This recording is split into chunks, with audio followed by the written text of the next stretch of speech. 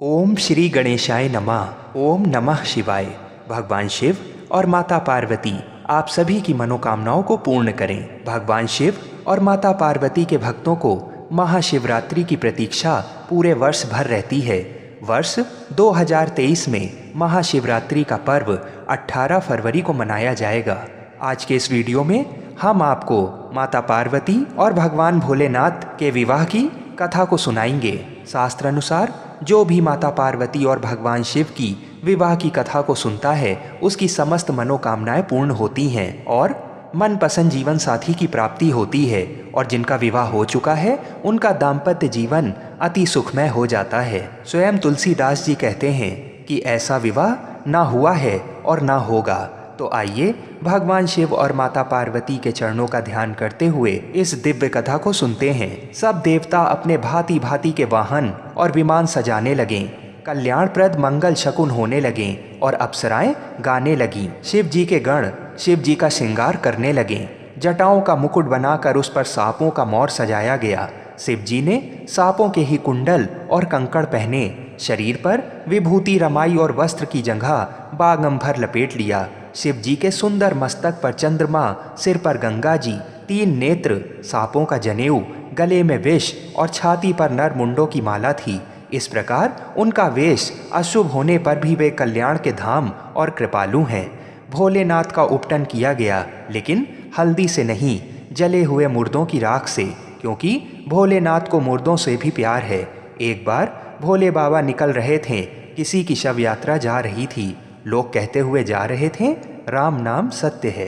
भोलेनाथ ने सुना कि ये सब राम का नाम लेते हुए जा रहे हैं। ये सभी लोग मेरी तरह हैं, क्योंकि मुझे राम नाम से प्यार है। लेकिन जैसे ही लोगों ने उस मुर्दे को जलाया तो लोगों ने राम नाम सत्य कहना बंद कर दिया और सभी वहाँ से चले गए। भोलेनाथ ने कहा, अरे इन सब ने राम नाम सत्य कहना बंद कर दिया। इनसे अच्छा तो ये मुर्दा है जिसने राम नाम सुनकर यहाँ राम नाम की समाधि लगा दी।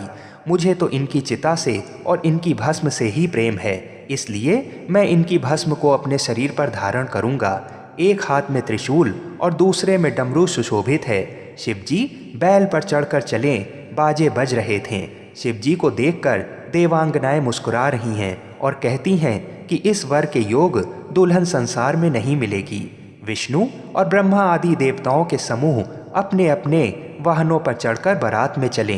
तब विष्णु भगवान ने सब दिक्पालों को बुलाकर हंसकर ऐसा कहा, सब लोग अपने अपने दल समेत अलग अलग होकर चलो। हे भाई, हम लोगों की ये बारात वर के योग्य नहीं है, क्या पराए नगर में जाकर हंसी कराओगे? विष्णु भगवान की बात सुनकर देवता मुस्कुराए और वे अपनी अपनी सेना सहित अलग हो गए। महादेव जी ये देखकर मन ही मन मुस्कुराते हैं कि विष्णु भगवान के व्यंग नहीं छूटते। अपने प्यारे विष्णु भगवान के इन अति प्रिय वचनों को सुनकर शिव जी ने भी भृंगी को भेजकर अपने सब गणों को बुलवा लिया। शिव जी की आज्ञा सुनते ही सब चले आए और उन्होंने स्वामी के चरण कमलों में सिर नवाया। तरह तरह की सवारियां और तरह तरह के वेश वाले अपने समाज को देखकर शिव जी हंस पड़े। शिव जी की बारात कैसी है जरा ये देखिए। कोई बिना मुख का है, किसी के बहुत से मुख हैं। कोई बिना हाथ पैर का है तो किसी के कई हाथ पैर हैं। किसी के बहुत आँखें हैं तो किसी की एक भी आँख नहीं है। कोई बहुत मोटा है तो कोई बहुत दुबला पतला। कोई बहुत दुबला, कोई बहुत मोटा, कोई पवित्र, कोई अपवित्र वेश धारण किए हुए है। भयंकर गहने पहने हाथ में कपाल लिए है और सबके शरीर में ताजा खून लगा हुआ है। गधे, कुत्ते, सुअर और सियार के उनके मुख हैं। गणों के अनगिनत वेशों को कौन गिने। बहुत प्रकार के प्रेत, पिशाच और योगिनियों की जमाते हैं, उनका वर्णन करना भी संभव नहीं है। भूत प्रेत नाचते और गाते हैं। वे सब बड़े मौजी हैं, देखने में बहुत ही बेढंगे जान पड़ते हैं और बड़े ही विचित्र ढंग से बोलते हैं। जैसा दूल्हा है वैसे ही बारात बन गई। अब हम सबके मन में ये विचार आता है कि भगवान भोलेनाथ इन बहुत से प्रेतों को लेकर क्यों जा रहे हैं। इनके पीछे भी एक कथा है। जिस समय भगवान राम का विवाह हो रहा था उस समय सभी विवाह में पधारे थे। सभी देवता, सभी गंधर्व इत्यादि भोलेनाथ भी विवाह में दर्शन करने के लिए जा रहे थे। तभी भोले बाबा ने देखा कि कुछ लोग मार्ग में बैठकर रो रहे हैं। शिव कृपा के धाम हैं और करुणा करने वाले हैं। भोलेनाथ ने उनसे पूछा कि कि तुम सब क्यों रो रहे हो, आज तो मेरे राम का विवाह है और इस शुभ अवसर पर आप क्यों रो रहे हो, राम जी के विवाह में नहीं चल रहे हो। वे बोले, हमें कौन लेकर जाएगा, हम अमंगल हैं, हम अपशकुन हैं, दुनिया के घर में कोई भी शुभ कार्य हो तो हमें कोई नहीं बुलाता। भोलेनाथ का हृदय करुणा से भर गया और वे तुरंत बोल पड़े कि कोई बात नहीं, राम के विवाह में मत जाना, तुम सब मेरे विवाह में अवश्य आना, तुम सारे अमंगल अपशकुन आ जाना। इसलिए आज सभी मौज मस्ती से शिव भगवान के विवाह में झूमते हुए जा रहे हैं। बारात को नगर के निकट आई सुनकर नगर में चहल पहल मच गई, जिससे उसकी शोभा बढ़ गई। अगवानी करने वाले लोग श्रृंगार करके तथा नाना प्रकार की सवारियों को सजाकर आदर सहित बारात को लेने चले। देवताओं के समाज को देखकर सब मन ही मन प्रसन्न हुए और विष्णु भगवान को देखकर तो बहुत सुखी हुए, किंतु जब शिव जी के दल को देखने लगे तो उन सबके वाहन हाथी, घोड़े, रथ आदि डरकर भागने लगे। क्या कहें, कोई बात कही नहीं जाती। ये बारात है या यमराज की सेना। सांप, कपाल और राख दूल्हे के गहने हैं, दूल्हे के शरीर पर राख लगी है, सांप और कपाल के गहने हैं, वह जटाधारी हैं, उनके साथ भयानक मुख वाले भूत, प्रेत, पिशाच आदि राक्षस हैं। जो बारात को देखकर जीवित बचेगा सचमुच उसके बड़े ही पुण्य हैं और वही पार्वती का विवाह देखेगा। लड़कों ने घर घर यही बात कही। शिव का चंद्रशेखर रूप, पार्वती की माता मैना के भीतर यही अहंकार था। आज भोले बाबा इस अहंकार को नष्ट करना चाहते थे, इसलिए उन्होंने भगवान विष्णु और ब्रह्मा जी से कहा, आप दोनों मेरी आज्ञा से अलग अलग गिरिराज के द्वार पर पहुँचिए। शिव जी की आज्ञा मानकर भगवान विष्णु सबसे पहले हिमवान के द्वार पर पधारें। पार्वती जी की माता ने शुभ आरती सजाई और उनके साथ की स्त्रियां उत्तम मंगल गीत गाने लगीं। सुंदर हाथों में सोने की थाल शोभित है। इस प्रकार मैना हर्ष के साथ शिव जी का परछन करने लगीं।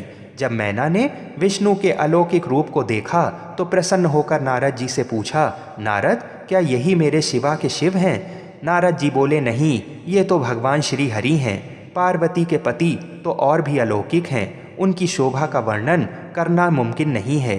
इस प्रकार एक एक देवता आ रहे हैं। मैना उनका परिचय पूछती हैं और नारद जी उनको शिव का सेवक बताते हैं। फिर उसी समय भगवान शिव अपने शिव गणों के साथ पधारें। सभी विचित्र वेशभूषा धारण किए हुए हैं, कुछ के मुख नहीं हैं और कुछ के मुख ही मुख हैं। उनके बीच में भगवान शिव अपने नाग के साथ पधारें। अब भोले बाबा से द्वार पर शगुन मांगा गया। भोले बाबा बोले कि हे भैया, ये शगुन क्या होता है? किसी ने कहा कि आप अपनी कोई प्रिय वस्तु को दान में दीजिए। भोले बाबा ने अपने गले से सर्प उतारा और उसी स्त्री के हाथ में रख दिया जो शगुन मांग रही थी। वह स्त्री वहीं मूर्छित हो गई। इसके बाद जब महादेव जी को भयानक वेश में देखा तब तो सब स्त्रियों के मन में बड़ा भारी भय उत्पन्न हो गया। बहुत ही डर के मारे भागकर घर में घुस गईं और शिव जी जहाँ जनवासा था वहाँ चले गए। कुछ कन्या पक्ष के लोग डर के मारे मूर्छित हो गए। जब मैना जी को होश आया तो रोते हुए कहा, चाहे कुछ भी हो जाए, मैं इस भेष में अपनी बेटी का विवाह शिव से नहीं कर सकती। उन्होंने पार्वती से कहा, मैं तुम्हें लेकर पहाड़ से गिर पड़ूंगी, आग में जल जाऊंगी या समुद्र में कूद पड़ूंगी, चाहे घर उजड़ जाए और संसार भर में अब कीर्ति फैल जाए, पर जीते जी मैं इस वर्ष से तुम्हारा विवाह नहीं करूंगी। नारद जी को भी बहुत सुनाया। मैंने नारद का क्या बिगाड़ा था, जिन्होंने मेरा बसता हुआ घर उजाड़ दिया और जिन्होंने पार्वती को ऐसा उपदेश दिया कि जिससे उसने ऐसे वर का तप किया। सचमुच उन्हें न किसी का मोह है, न माया, न उनके धन है, न घर और न ही स्त्री। वे सबसे उदासीन हैं, इसी से वे दूसरे का घर उजाड़ने वाले हैं। उन्हें न किसी की लाज है न डर। भला बांझ स्त्री प्रसव की पीड़ा को क्या जाने। ये सब सुनकर पार्वती अपनी माँ से बोली, हे माता, कलंक मत लो, रोना छोड़ो। ये अवसर विषाद करने का नहीं है। मेरे भाग में जो दुख सुख लिखा है उसे मैं जहाँ जाऊंगी वहीं पाऊंगी। पार्वती जी के ऐसे विनय भरे कोमल वचन सुनकर सारी स्त्रियां सोच करने लगीं और भांति भांति से विधाता को दोष देकर आंखों से आंसू बहाने लगीं। फिर ऐसा कहकर पार्वती जी शिव जी के पास गईं और उन्होंने भोलेनाथ से निवेदन किया, मुझे सभी रूप और सभी वेश में आप स्वीकार हैं, लेकिन प्रत्येक माता पिता की इच्छा होती है कि उनका दामाद सुंदर हो।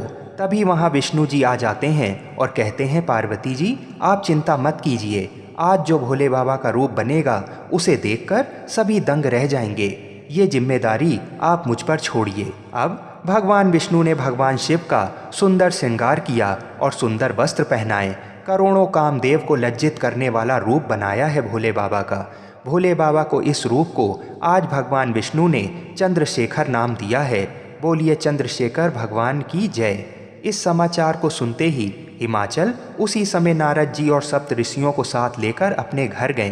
तब नारद जी ने पूर्व जन्म की कथा सुनाकर सबको समझाया और कहा कि हे मैना, तुम मेरी सच्ची बात सुनो। तुम्हारी ये लड़की साक्षात जगत जननी भवानी है। पहले ये दक्ष के घर जाकर जन्मी थी, तब इनका नाम सती था। बहुत सुंदर शरीर पाया था। वहाँ भी सती शंकर जी से ही बिहाई गई थीं। एक बार मोहवश इन्होंने शंकर जी का कहना नहीं माना और भगवान राम की परीक्षा ली। भगवान शिव ने इनका त्याग कर दिया और इन्होंने अपनी देह का त्याग कर दिया। फिर इन्होंने आपके घर पार्वती के रूप में जन्म लिया है, ऐसा जानकर संदेह छोड़ दो। पार्वती जी तो सदा ही शिव जी की ही हैं। अब आप देखना भोले बाबा के नए रूप को, जिसे भगवान हरि ने स्वयं अपने हाथों से सजाया है। तब मैना और हिमवान आनंद में मग्न हो गए और जैसे ही भगवान शिव के दिव्य चंद्रशेखर रूप का दर्शन किया, वैसे ही माता मैना दंग रह गईं। उन्होंने अपने दामाद की शोभा देखी और आरती उतारकर घर में चली गईं। हिमाचल ने आदर पूर्वक सब बारातियों, विष्णु, ब्रह्मा और सब जाति के देवताओं को बुलवाया। भोजन की बहुत सी पंक्तियां बैठीं। स्त्रियों की मंडलियां देवताओं को भोजन करते जानकर कोमल वाणी से गालियां देने लगी और व्यंग भरे वचन सुनाने लगी। देवतागण भी विनोद सुनकर बहुत सुख अनुभव करते हैं। फिर मुनियों ने लौटकर हिमवान को लग्न पत्रिका सुनाई और विवाह का समय देखकर देवताओं को बुला भेजा। वेदिका पर एक अत्यंत सुंदर दिव्य सिंहासन था। ब्राह्मणों को सिर नवाकर और हृदय में अपने स्वामी श्री रघुनाथ जी का स्मरण करके शिव जी उस सिंहासन पर बैठ गए। फिर मुनीश्वरों ने पार्वती जी को बुलाया। सखियां श्रृंगार करके उन्हें ले आईं। पार्वती जी को जगदम्बा और शिव जी की पत्नी समझकर देवताओं ने मन ही मन प्रणाम किया। भवानी जी सुंदरता की सीमा है। करोड़ों मुखों से भी उनकी शोभा नहीं कही जा सकती। सुंदरता और शोभा की खान माता भवानी मंडप के बीच में जहाँ शिव जी थे वहाँ गईं। वे संकोच के मारे शिव जी के चरण कमलों को देख नहीं सकती, परंतु उनका मन रूपी भौरा तो वहीं था। मुनियों की आज्ञा से शिव जी और पार्वती जी ने गणेश जी का पूजन किया। पर्वतराज हिमालय ने हाथ में कुश लेकर तथा कन्या का हाथ पकड़कर उन्हें भवानी जानकर शिव जी को समर्पण किया। शिव जी ने पार्वती का पाणी ग्रहण किया। तब सभी देवता हृदय से बड़े हर्षित हुए और सभी शिव जी का जय जयकार करने लगे। अनेक प्रकार के बाजे बजने लगे। आकाश से नाना प्रकार के फूलों की वर्षा हुई। शिव पार्वती का विवाह हो गया। सारे ब्रह्मांड में आनंद भर गया। बहुत प्रकार के उपहार देकर फिर हाथ जोड़कर हिमाचल ने कहा, हे शंकर, आप पूर्ण काम हैं, मैं आपको क्या दे सकता हूँ। वे शिव जी के चरण कमल पकड़कर रह गए। तब कृपा के सागर शिव जी ने अपने ससुर का सभी प्रकार से समाधान किया। फिर प्रेम से परिपूर्ण हृदय मैना जी ने शिव जी के चरण कमल पकड़े। हे नाथ, ये उमा मुझे मेरे प्राणों के समान प्यारी है। आप इसे अपने घर की टहलनी बनाइएगा और इसके सब अपराधों को क्षमा करते रहिएगा।